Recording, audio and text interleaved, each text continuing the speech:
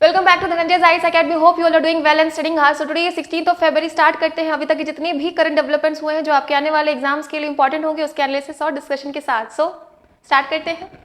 पहला क्वेश्चन काफी न्यूज में है, इलेक्टोरल बॉन्ड क्यों न्यूज में है आपको पता होगा। जो इस क्लास से पहले से जुड़े हुए हैं उन्हें भी पता होगा।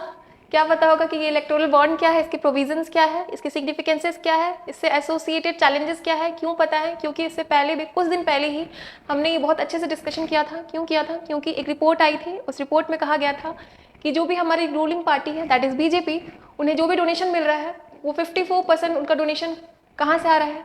इलेक्टोरल बॉन्ड से आ रहा है। उसके अलावा कल एडीआर की एक रिपोर्ट आई थी, उस रिपोर्ट में कहा गया था कि जो इलेक्टोरल बॉन्ड के थ्रू डोनेशन जा रहा है बीजेपी पार्टी को, उसमें 90% जो उनका डोनेशन है वो किससे आ रहा है? कॉर्पोरेट कंपनीज से आ रहा है। कल सुबह की ही अखबार में ये रिपोर्ट आई और दोपहर होते होते हमारे सुप्रीम कोर्ट ने स्ट्रक डाउन कर दिया। चिंगारी लग रही थी, आग लग गई और अनकॉन्स्टिट्यूशनल करार कर दिया। किसने? हमारे सुप्रीम कोर्ट ने। किसको? इलेक्टोरल बॉन्ड को। इतना टेक्निकलिटीज आप जान रहे होंगे। आपको जानना है इसका प्रोविजन, आपके एग्जाम पॉइंट ऑफ व्यू से वो इंपॉर्टेंट होगा। जो हमने ऑलरेडी डिस्कस कर लिया है, जिन्होंने नहीं किया है वो जुड़े रहेंगे, समझ में आ जाएगा। बहुत इजी है। लीमैन में समझाऊं तो जैसे मान लो कि कोई एक सज्जन पुरुष है, वो किसी पॉलिटिकल पार्टी को पैसे डोनेट करने चाहते हैं। ठीक है, ये आप हो, आपको कोई पार्टी बहुत पसंद है, आप जाते हो, आप चाहते हो उन्हें डोनेट करना, आपके पास पैसे हैं, तो आप कहाँ जाएंगे? आप बैंक के पास जाओगे। और ऐसे वैसे बैंक के पास नहीं, सिर्फ आप एसबीआई के पास जा सकते हो या फिर उनकी कोई ब्रांचेस में जा सकते हो। बैंक के पास गए, आपने कहा कि हमें पैसे डोनेट करने हैं, बैंक ने बोला बिल्कुल कोई बात नहीं, आप डोनेट कर दो। वो आपको एक प्रॉमिसरी नोट देंगे। प्रॉमिसरी नोट मतलब वचन पत्र देंगे, एक पेपर टाइप होता है। जितना आप डोनेट करना चाहते हो उतना का ही वो पेपर रहेगा। वो आपको पेपर देंगे, प्रॉमिसरी नोट देंगे, उसमें अमाउंट लिखा रहेगा। उस पेपर को लेके आप जाओगे अपने फेवरेट पार्टी के पास। वो पार्टी आपसे वो पेपर ले लेगी और वो पेपर लेके जाएगी बैंक के पास और फिर उसको इन कैश करवा लेगी। फायदा क्या हुआ इतना सर्कल करने का? बैंक बीच में आ रही है, जो मनी इन्वॉल्व है वो चैनलाइज किया जा रहा है। ठीक है, बिल्कुल सही चीज़ है। बट प्रॉब्लम क्या है? जो एसबीआई है वो किसकी है? वो गवर्नमेंट की है। एसबीआई के पास सारा ब्यौरा रहेगा, मतलब गवर्नमेंट के पास सारा ब्यौरा रहेगा। मोटा मोटी इसी रीज़न से सुप्रीम कोर्ट ने स्टक डाउन कर दिया। उनका कहना था कि आप इसमें एनोनिमिटी कहाँ मेंटेन करके रख रहे हो। अगर कोई भी पार्टी, कोई भी, अभी आप एक इंसान हो, आपने डोनेशन किया, चलो ठीक है। बट अगर कोई कॉर्पोरेट कंपनी, जहाँ यहाँ पे जैसे मैंने बताया कि 90% डोनेशन कॉर्पोरेट कंपनी से जा रहा है, अगर कोई भी कॉर्पोरेट कंपनी, आपको ही पता है पूंजीवादी जो कैपिटलिस्ट कंपनी होती है बिना प्रॉफिट की एक पैसा इधर उधर नहीं करती है। अगर कोई भी कॉर्पोरेट कंपनी आपको इतना पैसा डोनेट कर रही है तो ज़रूर कोई ना कोई उससे, उस कंपनी को आपसे फ़ायदा हो रहा है, तभी वो इतना डोनेशन दे रही है। तो इसी सब रीज़न से मोटा मोटी इलेक्टोरल बॉन्ड को कॉन्स्टिट्यूशन करार कर दिया हमारी सुप्रीम कोर्ट ने। तो प्रोविजंस क्या क्या है इसके? किसको मिल सकता है इलेक्टोरल बॉन्ड? मतलब क्या आप किसी भी पॉलिटिकल पार्टी को, अगर आपने अपना खुद का पॉलिटिकल पार्टी बना दिया तो आप इलेक्टोरल बॉन्ड इशू आपके नाम पे हो जाएगा? नहीं, नहीं होगा। रिप्रेजेंटेशन ऑफ पीपल एक्ट 1951 में, रिप्रेजेंटेशन ऑफ पीपल एक्ट 1951 की सेक्शन 29A में कहा गया है कि कोई भी पॉलिटिकल पार्टी जिसको लास्ट जनरल इलेक्शन में एटलीस्ट 1% वोट मिला हुआ हो वही एलिजिबल है किसके? इलेक्टोरल बॉन्ड के। चलो एक ये बात हुई। दूसरी बात क्या हुई? जो आपको प्रॉमिसरी नोट मिलता है उस पर कोई इंटरेस्ट वगैरह नहीं लगता है, ना ही उस पर कोई टैक्स लगता है। ठीक है, ये दूसरी बात हुई। तीसरी बात ये हुई कि जो इलेक्टोरल बॉन्ड है, ऐसा नहीं कि आप 3,000, 4,000, 5,000 कितना का भी चाहो तो ले सकते हो, नहीं, ये 5 के ही में आता है। या तो आप इसका 1,000 करवा सकते हो या 10,000, 10 लाख, 1 करोड़, ऐसे में सिर्फ ये 10 के मल्टीपल में ही आता है। चलो ये हो गया। और क्या प्रोविज़न हुआ? ये 2017 के बजट में आया था, 2018 में इम्प्लीमेंट हुआ था। तो मोटा मोटी ये सब प्रोविजंस है इसके। स्टेटमेंट देखो, मैंने पहले आपको बताया था क्या कि रिप्रेजेंटेशन ऑफ पीपल एक्ट 1951 में कहा गया है सेक्शन 29A में कि 1% वैलिड वोट अगर जनरल इलेक्शन में रहा, लास्ट जनरल इलेक्शन में, तभी आप एलिजिबल हो। बट यहाँ पे क्या कह रहा है कि रजिस्टर्ड, कोई भी रजिस्टर्ड अगर पॉलिटिकल पार्टी है तो उसको ही मिल जाएगा? नहीं, सिर्फ रजिस्टर्ड होने से काम नहीं चलेगा, आपको 1% एटलीस्ट वोट, वैलिड वोट चाहिए होगा लास्ट जनरल इलेक्शन का। तो ये तो गलत हो गया। ठीक है। दूसरा क्या कह रहा है कि जो आपको वचन पत्र मिलता है क्या उस पर कोई इंटरेस्ट लगता है? तो उसमें बोल रहे हैं, इस स्टेटमेंट में कह रहे हैं कि इस पर कोई इंटरेस्ट नहीं लगता है। तो ये तो सही बात है ना, कोई इंटरेस्ट नहीं लगता है। अगर लिखा रहता है कैरी एनी इंटरेस्ट, इंटरेस्ट लग रहा है, तो ये गलत होता। बट यहाँ पे तो पहले ही लिखा हुआ है नॉट कैरी एनी इंटरेस्ट, तो ये तो सही स्टेटमेंट है। सही स्टेटमेंट है ना, तो सिर्फ केवल 2 होगा इसका। समझ में आई बात आपको? देखो, मैंने आपको बताया 2017 में ये इंट्रोड्यूस हुआ था फाइनेंशियल बिल के रूप में और 2018 में इम्प्लीमेंट हुआ। ये 1000, ये इंपॉर्टेंट होगा आपके एग्जाम के लिए, 1000, 10,000, 1 लाख, 10 लाख और 1 करोड़, इतने में ही इसका इशू होता है। ठीक है, मैंने आपको बताया ADR का रिपोर्ट आया था कल सुबह में, यही था कि इसमें 90% जो है वो कॉर्पोरेट बैंक से इनको डोनेशन मिल रहा है। सुबह में आई, दोपहर में चली गई। तो हमारे सुप्रीम कोर्ट ने लैंडमार्क जजमेंट दिया और कहा कि इसको स्ट्रक डाउन करते हैं। क्यों? क्योंकि ये आर्टिकल 19(1)(a) को तोड़ रही थी। ठीक है, राइट टू इन्फॉर्मेशन है, इसको तोड़ रही थी। ये कौन तोड़ रही थी? इलेक्टोरल बॉन्ड तोड़ रही थी। चलो, उसके बाद फिर इन्होंने कहा कि आप मतलब जब गवर्नमेंट ये स्कीम लाई थी, इलेक्टोरल बॉन्ड स्कीम लाई थी, तो गवर्नमेंट का कहना था कि इससे हम ब्लैक मनी को कर्व कर सकेंगे। तो हमारे जो सुप्रीम कोर्ट की बेंचेस थी, 5 जजेस बेंचेस थी, उसमें जो हमारे CJI थे चंद्रचूड़ साहब, उन्होंने कहा कि आप अल्टरनेट तरीका भी निकाल सकते हो ब्लैक मनी को कर्व करने का। और उन्होंने बहुत सारे जजमेंट्स दिए। उन्होंने कहा कि SBI को जितने भी उनके पास इंफॉर्मेशन है इलेक्टोरल बॉन्ड से रिलेटेड, किसने किसको कितना पैसा दिया, कितना दिया, हर चीज़ का आप ब्यौरा निकालो और सबमिट करो, और इलेक्शन कमीशन 13 मार्च तक उसको पब्लिक पे ला देगी। ठीक है, तो अच्छी बात है, 13 मार्च को देखेंगे किसको कितना पैसा मिला। फिर क्यों स्ट्रक डाउन किया? तो कहीं ना कहीं नेक्सस बन रहा है कंट्रीब्यूशन से, पॉलिटिकल पार्टी का और जो कॉर्पोरेट कंपनीज है या फिर जो भी डोनेट कर रहे हैं उसका। ठीक है, मैंने आपको ये बता रखा है कि इस तरह का होता है ये इलेक्टोरल बॉन्ड। चलो नेक्स्ट क्वेश्चन पे चलते हैं। बोच्चा स्वामी अक्षर पुरुषोत्तम संस्थान बहुत न्यूज़ में है। क्यों न्यूज़ में है? कि हमारे मोदी साहब गए थे यहाँ अबू धाबी में, कहाँ है? UAE में। ठीक है, ये सब तो आपको पता ही होगा। आप ये बताइए कि जो संस्थान है ये 1907 में स्थापित हुआ था, किसने स्थापित किया था? बोचासन वासी अक्षर पुरुषोत्तम स्वामी नारायण संस्था की स्थापना 1907 में की गई थी, किसके द्वारा? आपके लिए इंपॉर्टेंट होगा, कब हुआ था? 1907 में। न्यूज़ में काफ़ी है, बताइए।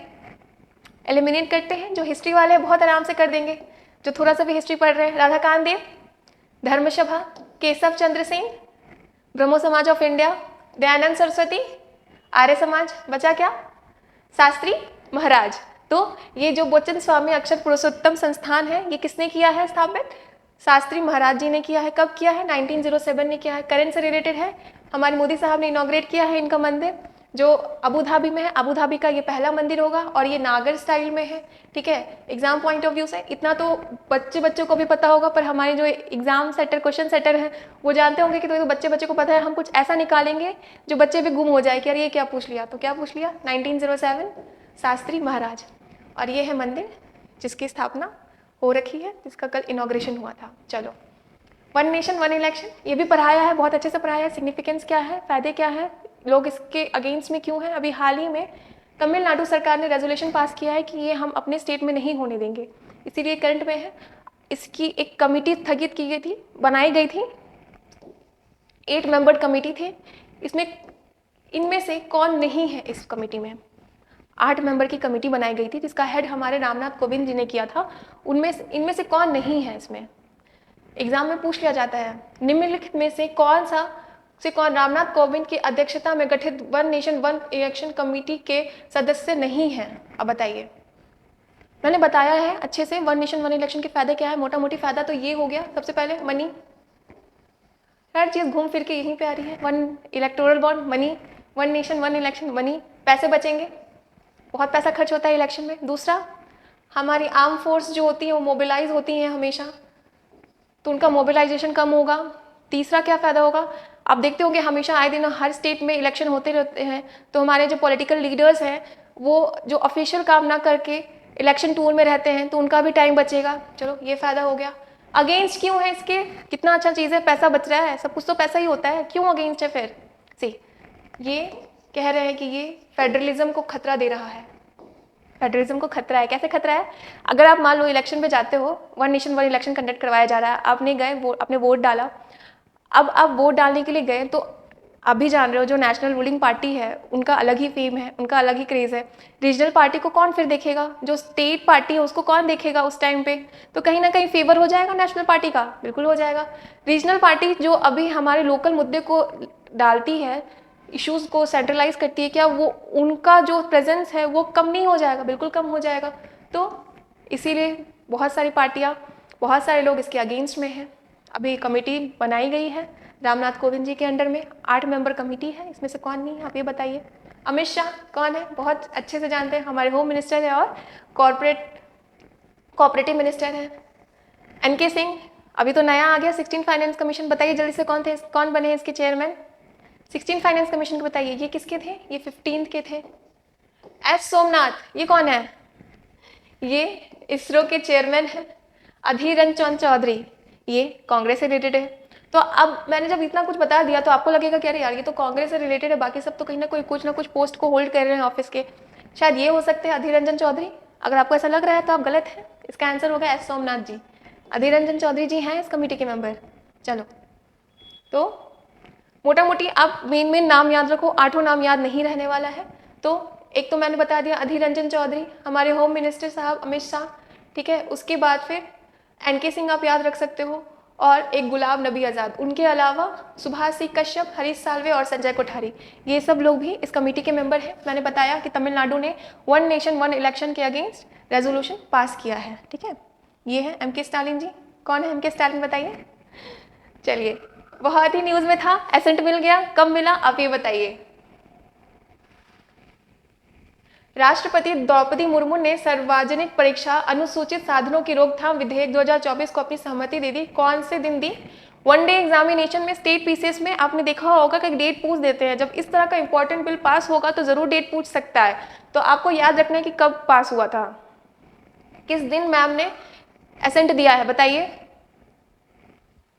हमने इसके बारे में भी अच्छे से चर्चा कर रखा है कि क्या था, अगर आप किसी गिरोह में शामिल हैं तो आपको 1 करोड़ रुपए फाइन देना पड़ेगा। उसके अलावा जितना भी पैसा लगा है, खर्च हुआ है एग्जाम कंडक्ट करवाने में, वो पैसे भी देने होंगे, और उसके अलावा जेल तो जाओगे ही आप अगर आप उस गिरोह में शामिल होते हैं तो इस पे एसेंट मिल गया है। बहुत ही सुंदर बिल है। सेम टू सेम एक और स्टेट ने पास किया है, असम ने सेम टू सेम ऐसा ही बिल पास किया है, हमने ये भी पढ़ रखा है। तो बताइए किस दिन। 4 फरवरी को हमने पढ़ा था। कौन सा डे होता है, कैंसर डे होता है। क्या था थीम कैंसर डे का, क्लोज द केयर गैप, बिल्कुल याद रखना है। 4 फरवरी वर्ल्ड कैंसर डे, थीम क्या था, क्लोज द केयर गैप। 6 फरवरी रट जाना है, हर वॉइस हर फ्यूचर, किसके लिए था थीम ये, हर वॉइस हर future, 0 tolerance against female genital mutilation. चलो ठीक है। 10 फरवरी को हमने 2 दिन बनाया था, हमने याद किया था कि हम दाल खाएंगे और फिर दाल खाने के बाद दाल के साथ जो कीड़े आ रहे हैं उसको मारने के लिए डी वार्मिंग का दवा खाएंगे। तो क्या था, नेशनल डी वार्मिंग डे।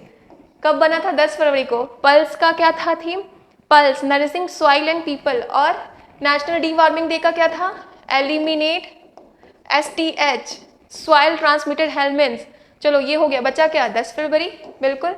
तो सॉरी 15 फरवरी, तो 15 फरवरी जो कि कल था, हमारी ऑनरेबल प्रेसिडेंट साहिबा ने एसेंट दे दिया इस बिल पे। बहुत ही सुंदर बिल है, आएंगे तो अच्छे से पढ़ेंगे, लूपहोल्स निकालेंगे, है ना। चलो तो 15 फरवरी 2024 को हमारी द्रौपदी मुर्मू मैम ने इस बिल को एसेंट दे दिया और वो बिल आ गया है। चलो किसने लॉन्च किया, ग्रो इनिशिएटिव। ग्रो इनिशिएटिव क्या है, greening and restoration of wasteland with agroforestry. Agroforestry पहल के साथ बंजर भूमि की हरियाली और बहाली शुरू की गई है, किसके द्वारा बताइए। एग्रोफोरेस्ट्री क्या होता है, जैसे हम क्रॉप भी उगाएंगे, पेड़ भी उगाएंगे, वेस्टलैंड वगैरह पे पेड़ उगाएंगे, क्रॉप भी उगाएंगे, तो इससे क्या होगा, वेस्टलैंड जो है वो फिर से ग्रीन हो जाएगा, ग्रीन कवर बढ़ेगा। तो इसीलिए ये इनिशिएटिव शुरू किया गया हुआ है। किसके द्वारा शुरू किया गया है आप ये बताइए, चलिए बताइए जल्दी बताइए, तब तक हम रिवाइज करेंगे, बिल्कुल करेंगे। NCPCR कौन सा पोर्टल लाया था, घर पोर्टल लाया था। गो होम एंड रीस्टोर क्यों लाया था, जो भी जुडिशियल कस्टडी के अंदर भी जो भी बच्चे हैं उनको रीप्रोटेक्ट और रीस्टोर करने के लिए, उनको उनके ओरिजिनल लोकेशन, ओरिजिनल जगह जहां से वो आ रहे हैं उन्हें वापस पहुंचाने के लिए क्या लाया था, घर पोर्टल। किसने लाया था, national commission for protection of child, क्या था, राष्ट्रीय बाल संरक्षण आयोग ने लाया था। क्या लाया था, घर पोर्टल लाया था। चलो ठीक है। भारत सरकार के सैद्धांतिक वैज्ञानिक सलाहकार, principal scientific adviser to the government of India, इन्होंने क्या लाया था, ये भी पढ़ा है, स्वाति पोर्टल है, पढ़ा है कि नहीं पढ़ा है। Science women technology innovation, Swati portal. चलो हो गया। मिनिस्ट्री ऑफ एग्रीकल्चर ने भी एक पोर्टल लॉन्च किया था, कौन सा पोर्टल, सारथी पोर्टल। किस लिए आया था, प्रधानमंत्री फसल बीमा योजना को डिजिटलाइज करने के लिए एक तरह से कौन सा पोर्टल आया था? साथी पोर्टल। बचा क्या? नीति आयोग। नीति आयोग ने लाया, क्या लाया? ग्रुप इनिशिएटिव स्टार्ट किया है, ठीक है। तो नीति आयोग ने लॉन्च किया है ये initiative, grow initiative, greening and restoration of waste land. Waste land याद रखना है, with agro forestry. Agro forestry क्या होता है? एक तरह से सस्टेनेबल मैनेजमेंट होता है लैंड का। इसमें हम पेड़ भी उगाएंगे और एग्रीकल्चर क्रॉप्स भी उगाएंगे सेम ही लैंड पे, जिसके चलते ग्रीन कवर बढ़ जाए, बेस लैंड वगैरह में भी उगाएंगे। तो ये होता है एग्रो फॉरेस्ट्री। इसी को यूज करते हुए ग्रो इनिशिएटिव लाया है। किसने लाया है? नीति आयोग ने लाया है। चलो जल्दी से बताइए, नीति आयोग के कौन है वाइस चेयरमैन?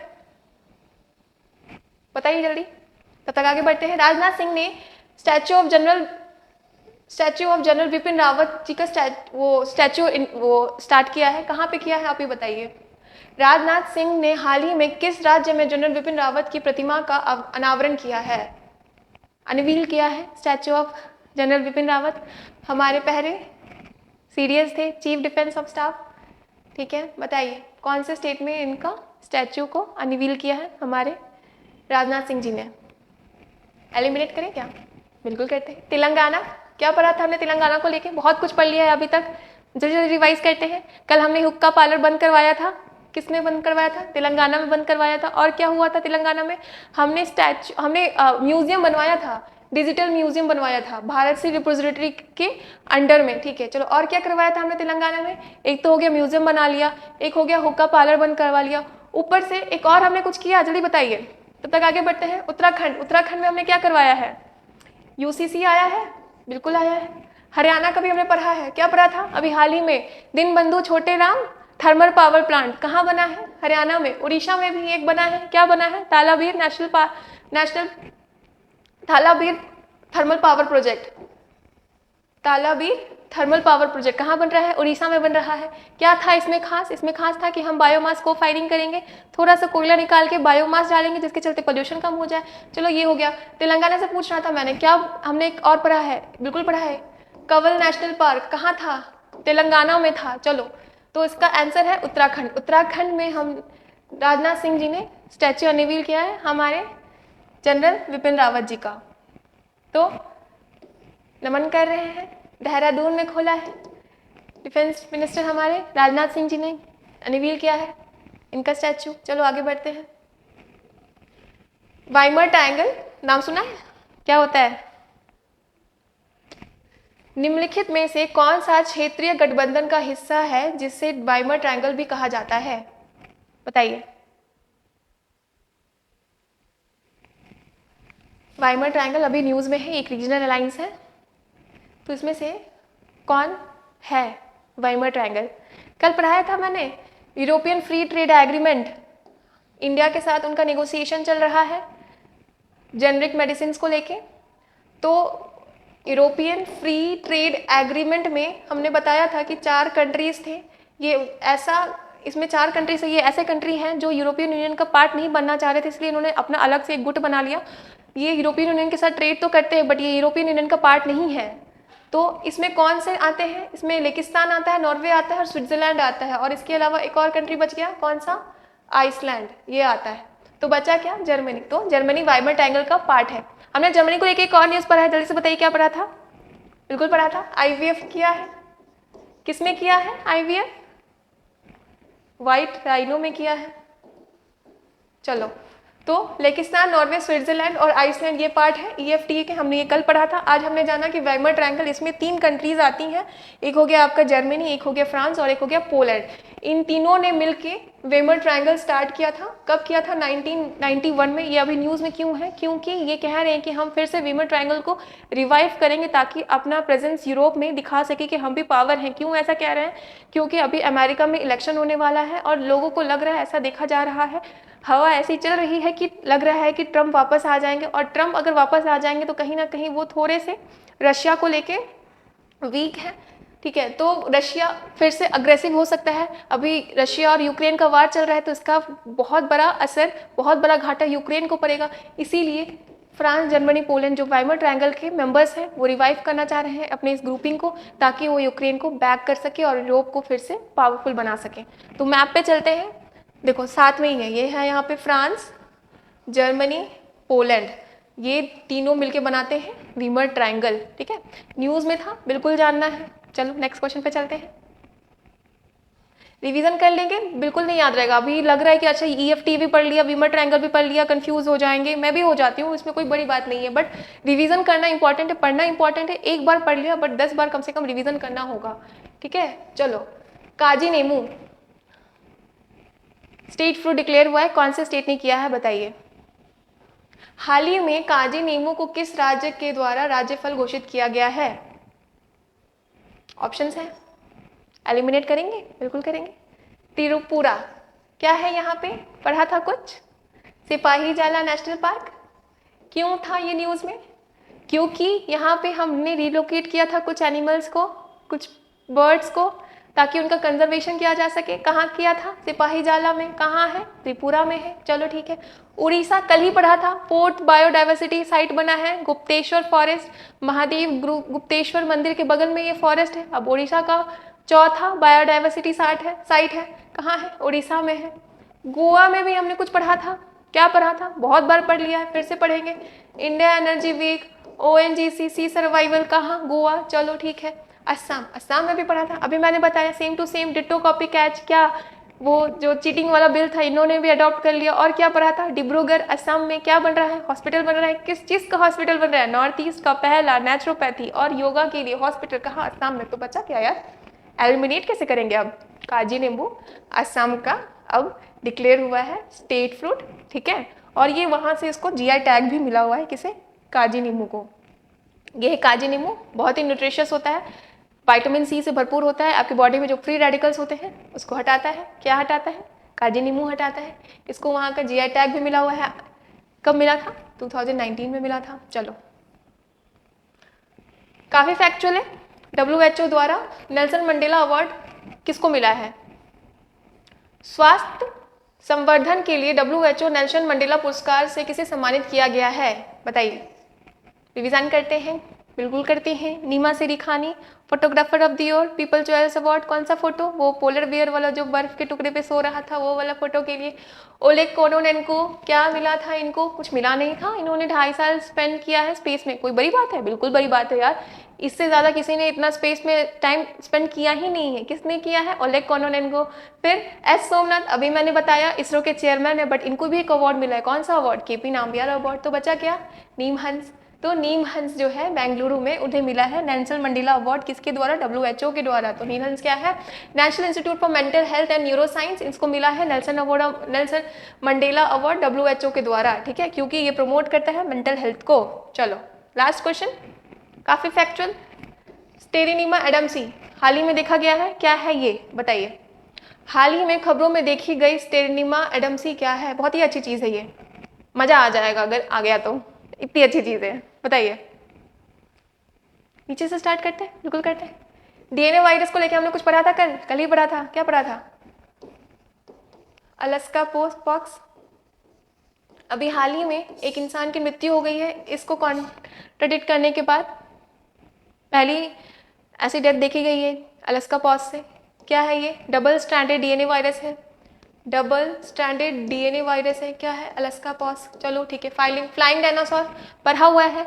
सियोपेत्रा इवांसी, इसका फॉसिल पाया गया है। कहाँ पाया गया है? स्कॉटलैंड में पाया गया है। चलो ये भी हो गया। इन्वेसिव पेस्ट, ये भी पढ़ा है। क्या था? ट्रिप्स पेरिविपाइनस, लोकल जो प्लांट्स हैं उसको ऑलमोस्ट खत्म कर रहा है हमारे साउथ के स्टेट्स में। कौन? ट्रिप्स पेरिविपाइनस। क्या है? इन्वेसिव पेस्ट है। तो बचा क्या? स्टेरिनियम एडम्सी। क्या है? नीमाटोड है। नीमाटोड क्या होता है? पैरासाइट होता है। ठीक है, तो क्यों न्यूज़ में है? क्योंकि ये अच्छी पैरासाइट है। ये जो भी हमारे क्रॉप्स में पेस्ट वगैरह लगते हैं उसके अंदर घुसती है, बैक्टीरिया रिलीज करके उस पेस्ट को मार देती है। फायदा क्या हुआ? हम पेस्टिसाइड यूज़ नहीं कर रहे हैं, हम केमिकल्स नहीं यूज़ कर रहे हैं अपने प्लांट्स पे, तो ये फायदा हुआ। तो यही अभी पाया गया है स्टेरिनिमा एडम्सी। ये जो है बैक्टीरिया निकालती है और जो भी प्लांट्स में कीड़े मकोड़े लग रहे होते हैं उसे मार देती है। कौन मार देती है? नीमाटोड। क्या नाम है? स्टेरिनिमा एडम्सी। तो ये था आज का सेशन, होप आपको समझ में आया होगा। अगर आपकी कोई भी क्वेरी है तो do let me know in the comment section. तब तक के लिए पढ़ते रहिए और ख्याल रखिए।